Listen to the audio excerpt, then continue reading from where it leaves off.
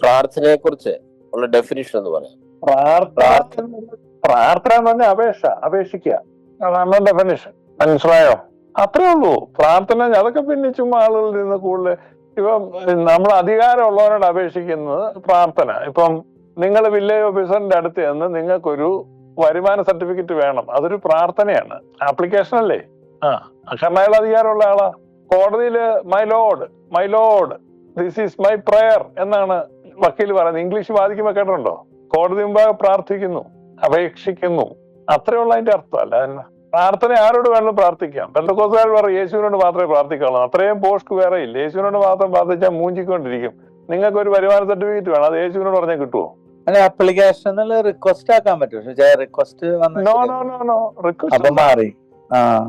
Request അല്ല, application form അല്ലേ പൂരിപ്പിച്ചു കൊടുക്കുന്നേ. എന്ന് പറഞ്ഞാൽ പ്രാർത്ഥനയാണ്, ആപ്ലിക്കേഷനാണ്. അത് യേശുവിനോട് മാത്രമേ പ്രാർത്ഥിക്കാവുള്ളൂ എന്നുള്ളത് ലോകത്തിലെ ഏറ്റവും വലിയ പോസ്റ്റാണ്. നമ്മൾ നിരന്തരം എത്രയോ പേരോട് പ്രാർത്ഥിക്കുന്നു, എത്രയോ പേരോട് പ്രാർത്ഥിച്ചാൽ ഒരു ജീവിതം തീരുന്നേ.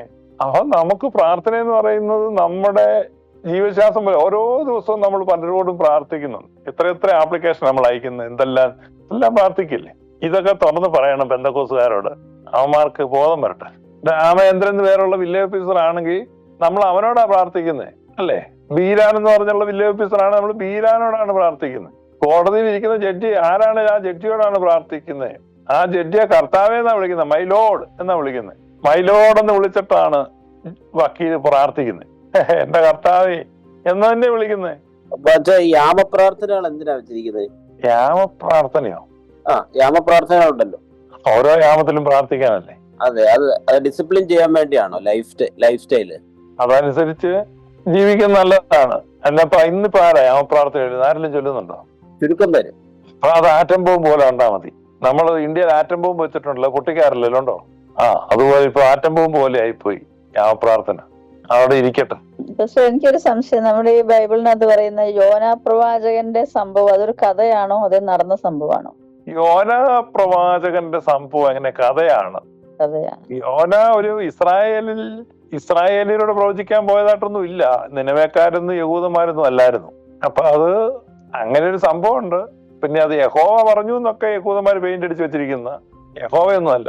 യഹോവയ്ക്ക് എന്ത് കാര്യം അങ്ങോട്ട് ഇപ്പൊ ആളെവിടെ? നിലവേ യഹോവയായിട്ടുള്ള ബന്ധമുണ്ട്. അതൊരു കഥ. ഞങ്ങൾ ഓരോ പള്ളിയിൽ കുർബാനയ്ക്ക് അച്ഛൻ പ്രസംഗിച്ചു, അതൊരു കഥയാണ്. അപ്പൊ അത് നമ്മളങ്ങനെ സംഭവമായിട്ട് കാണേണ്ട കാര്യം. അതൊരു സംഭവമാണ്. അങ്ങനെ ഒരു സംഭവം നിലവിൽ നടന്നു, ഒരു പാരമ്പര്യമുണ്ട്.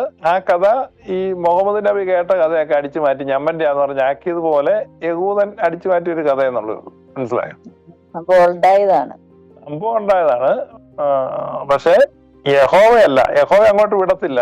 നോർമലി ചിന്തിച്ച യഹോവയുടെ ജനം അല്ലല്ലോ ഈ നിലവേ കിടക്കുന്നത്. യഹോവ ന്യായപ്രമാണം കൊടുത്ത ജനമാണോ നിലവിലുള്ള? അല്ല. അപ്പൊ അവരോട് എന്തിനാ പ്രവാചകനെ വിട്ട് നിങ്ങൾ മര്യാദയ്ക്ക് നിൽക്കണമെന്ന്? എന്ത് മര്യാദയ്ക്ക്? അവർക്ക് പ്രമാണമൊന്നും കൊടുത്തിട്ടില്ലല്ലോ. അപ്പൊ അവിടെ നിലവയിൽ അങ്ങനെ ഒരു സംഭവം ഉണ്ടായി. യോന എന്ന് പറഞ്ഞ പ്രവാചകൻ പോയി. ഇതെല്ലാം ശരിയാണ്. പക്ഷെ യഹോവ വിട്ടു എന്നുള്ളത് മാത്രമേ അതിനകത്ത് പൊരുത്തക്കേടുള്ളൂ. പിന്നെ അത്രയും വലിയൊരു സംഭവം അടിച്ചു മാറ്റി ഞമ്മന്റെ പുസ്തകത്തിൽ വെക്കുമ്പോൾ ഞമ്മന്റെ ദൈവത്തിന്റെ പേര് അവിടെ എന്ത് ചെയ്തു? പക്ഷെ യഹോവ കരുണയും കൃപയും ഉള്ളവരാന്നുള്ള അവിടെ പൊരുത്തപ്പെടാതെ. യഹോവയ്ക്ക് ഒരു കരുണയുള്ളതല്ല. അപ്പൊ അത് കരുണയും കൃപയും ഉള്ള ഒരു ദൈവം ആ ആക്ട് ഓഫ് മേഴ്സി അവിടെ കാണിച്ചു എന്നുള്ളതാണ് അതിന്റെ യാഥാർത്ഥ്യം. അപ്പൊ ഞാൻ അതിനെ കുറിച്ച് ഇങ്ങനെ അച്ഛനോട് ചോദിച്ചത്, കാരണം നമ്മുടെ ബൈബിളിനകത്ത് പറയുന്നുണ്ടല്ലോ പുതിയ നിയമത്തില്, യോന 3 രാവും 3 പകലും മത്സ്യത്തിന്റെ ഉള്ളിൽ കടന്നതുപോലെ യേശുക്രിസ്തു 3 രാവും 3 പകലും ഭൂമിയുടെ അകത്ത് കടന്നു. അപ്പൊ ഞാൻ ചോദിച്ചു, അതൊരു കഥയാണെങ്കിൽ പിന്നെ ഈ ബൈബിളിനകത്ത് ഇങ്ങനെ എഴുതിയേക്കണ എന്താന്ന് ചോദിച്ചു. അപ്പൊ അച്ഛൻ പറഞ്ഞത് യേശുക്രിസ്തു അങ്ങനെ കിടന്നു എന്നുള്ളത് തെളിയിക്കാൻ വേണ്ടി മറ്റേ കഥയെ സംഭവമാക്കി ചിത്രീകരിച്ചു. ഓരോരോ ബുദ്ധിമുട്ട് അച്ഛന് വരുന്നേ. Thank you. കഥയാന്ന് പറയുന്ന ഒത്തിരി ആളുകളുണ്ട് കേട്ടോ ഷാൻസി. അതിനകത്ത് ഈ മീൻ മനുഷ്യനെ വിഴുങ്ങി, മീനിന്റെ തൊണ്ണ ചെറുതാന്ന്, മനുഷ്യനെ വിഴുങ്ങാൻ പറ്റുക ഒക്കെ പറഞ്ഞ് അങ്ങനെ വാദിക്കുന്ന ആളുകളുണ്ട് കേട്ടോ. അതിപ്പോ അച്ഛൻ ഒറ്റപ്പെട്ട ആളാ, അച്ഛൻ തന്നെ ഇരുന്ന് പറഞ്ഞല്ല. അങ്ങനെ ഒരു വിഭാഗം ആളുകൾ അങ്ങനെ പറയുന്നവരുണ്ട് കേട്ടോ ഷാൻസി. അതുകൊണ്ട് അച്ഛനെ അങ്ങനെ ബ്ലെയിം ചെയ്യണ്ട. അച്ഛനൊരു ഒരു സ്കൂൾ ഓഫ് തോട്ടിന്റെ വക്താവാണ്, അല്ലാതെ അച്ഛൻ ഏകനല്ല. അതച്ഛൻ ഞായറാഴ്ച കുർബാനയ്ക്ക് 300 പേരെ ഉള്ളവരുടെ ഇടയ്ക്ക് നിന്നാണ് പറഞ്ഞത്. അപ്പൊ 300 പേരും ഇത് വിശ്വസിച്ചുകൊണ്ടാണ് വീട്ടിൽ പോയിരിക്കുന്നതെന്നാണ് എന്റെ വിശ്വാസം. ഒരു കഥയാണ് എന്ന്. കാരണം അത് ആരോടും അച്ഛൻ ചെന്ന് പറയുന്നില്ലല്ലോ പേഴ്സണലായിട്ട്, കഥയല്ലാതെ സംഭവിച്ചതാണെന്നുള്ളത്. അല്ല, അത് പക്ഷെ നമ്മളെ ബാധിക്കുന്നില്ല കേട്ടോ. അതിപ്പം കഥയാണേലും സംഭവമാണേലും അത് നമ്മളെ ഡയറക്റ്റ് നമ്മുടെ ഉപദേശത്തെ വിശ്വാസത്തെയൊന്നും ബാധിക്കുന്നതല്ല.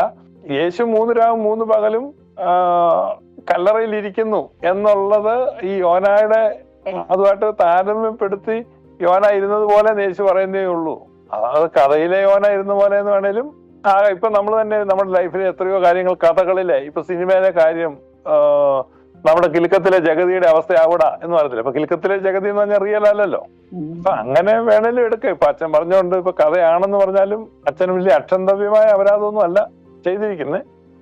ആ രീതിയിലാണ് അച്ഛൻ പറഞ്ഞത്. അതൊരു കഥ, ഇത് യേശുക്രിസ്തുവിന്റെ ഇത് സത്യമാണെന്ന് ചില അല്പവിശ്വാസികളെ വിശ്വസിപ്പിക്കാൻ വേണ്ടിയിട്ട് മറ്റേതിന് ഇച്ചിരി എംഫസിസ് കൊടുത്ത് അവിടെ യോനായ്ക്ക് 3 ദിവസം കിടക്കാമെങ്കിൽ യേശുക്രിസ്തു 3 ദിവസം ഭൂമിക്കകത്ത് കിടന്നു, അതുപോലെ തന്നെ കിടന്നു എന്ന് പഠിപ്പിക്കാൻ വേണ്ടിയിട്ട് മറ്റേ കഥയെ ഒരു സംഭവമാക്കി അതിനകത്ത് വരച്ചു കാട്ടിയിട്ടുണ്ടെന്നാണ് അച്ഛൻ പറഞ്ഞത്.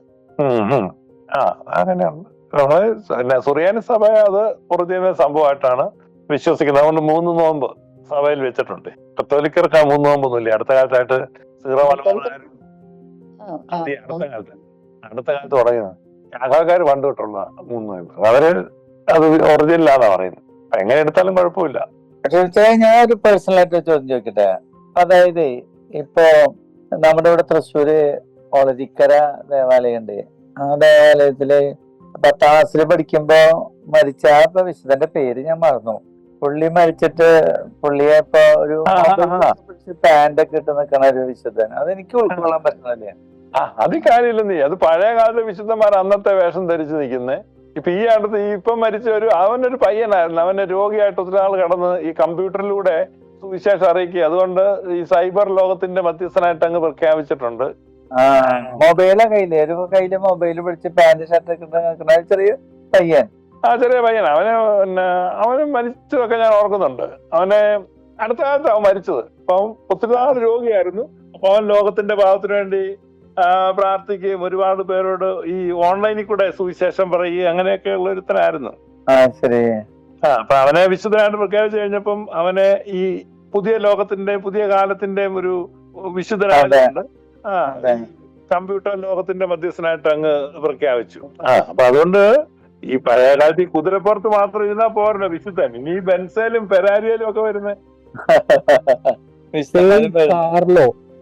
കാർലോ എന്നാ പുള്ളിയുടെ പേര്. അത് കുഴപ്പമൊന്നുമില്ല. അത് നമുക്ക് ഉൾക്കൊള്ളാൻ ഇച്ചിരി ബുദ്ധിമുട്ടായിരുന്നു. നമ്മൾ ഈ മറ്റേ വിശുദ്ധന്മാരെ അങ്ങനെയല്ലേ കണ്ടിട്ടുള്ളത്. അതുകൊണ്ട്